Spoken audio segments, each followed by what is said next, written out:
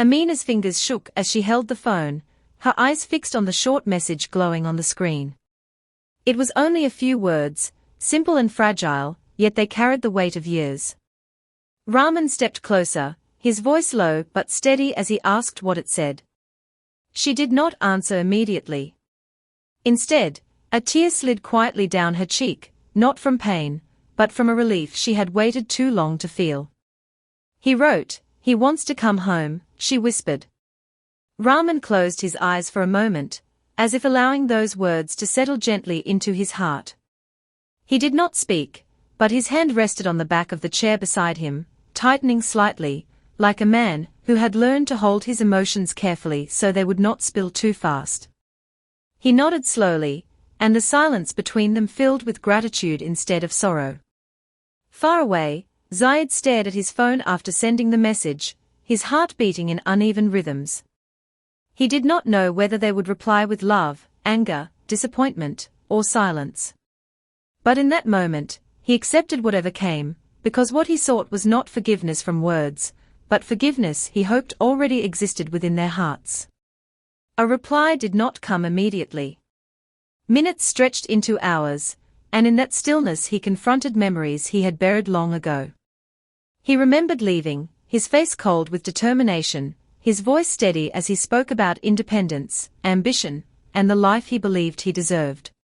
He remembered how his mother had smiled softly despite the tears she hid, and how his father had placed his hand on his shoulder without speaking, as if saying more in silence than any farewell ever could. He had thought then that love would wait quietly in the background while success became his companion. He had thought time would be kind, that distance would strengthen him, not hollow him. But time had not waited. It had changed him instead, not into the man he imagined, but into someone who finally understood the price of walking away from the people who loved him most. His phone vibrated. He swallowed hard before opening the message. There were no long questions, no blame, no demands. Only a few words, written with the softness of a heart that had never stopped loving him. "Come home whenever you are ready. The door has always been open." His chest tightened, and for the first time in years tears escaped his eyes without resistance. He was not crying because he was weak, he was crying because love had met his guilt with mercy, and there is no pain more humbling than forgiveness that arrives without being asked for. The next days passed slowly, not because of the journey itself, but because he finally began to feel every mile he had once crossed without thought. As the bus carried him through long highways and quiet landscapes, he watched fields blur past the window like memories drifting in motion. Every road, every turn, every distant town felt like a reminder of how far he had gone, not just from home, but from himself. He did not rehearse what he would say.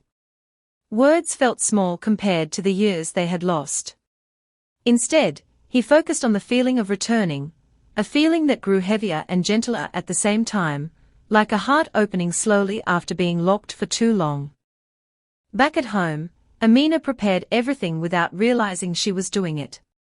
She dusted shelves that were already clean, rearranged things that had never been moved, and cooked meals she had not cooked in years, not because anyone asked for them, but because love remembers even when memory tries to forget.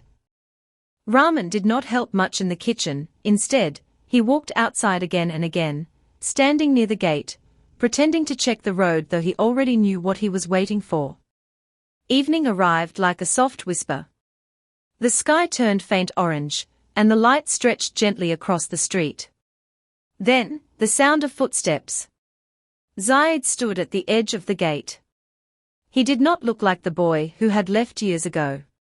The world had touched his face, exhaustion traced itself beneath his eyes, and his posture carried the weight of lessons that life had carved into him. For a moment, he did not move. He just stood there, staring at the open doorway that had waited longer than he deserved. Amina stepped forward. Their eyes met. No words came. She walked toward him slowly, as if afraid that the moment might disappear if she moved too fast. When she finally reached him, she placed her hand on his face the way she did when he was a child, her fingers trembling, not because she feared losing him again, but because after so long, love had finally become real enough to touch. He lowered his head onto her shoulder, and for the first time since he left, he allowed himself to break.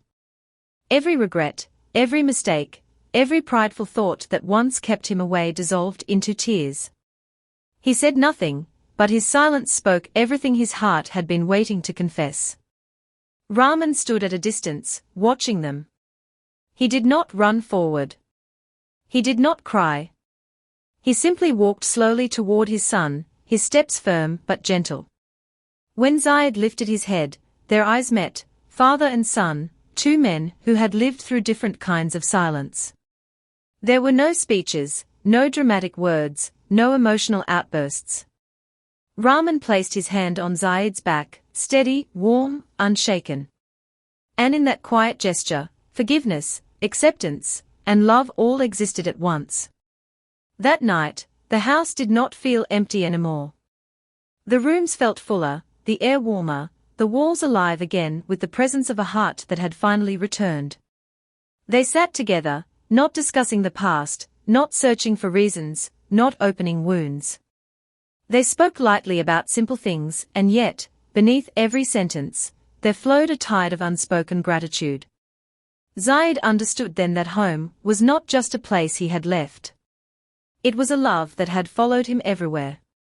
He vowed silently that he would never measure success again by distance, status, or noise, but by closeness, humility, and the quiet strength of those who loved him without conditions. And somewhere inside, sometimes the greatest journey in life is not the one that takes you far, but the one that brings you back. And for the first time in years, his heart felt whole. At him, a truth settled gently.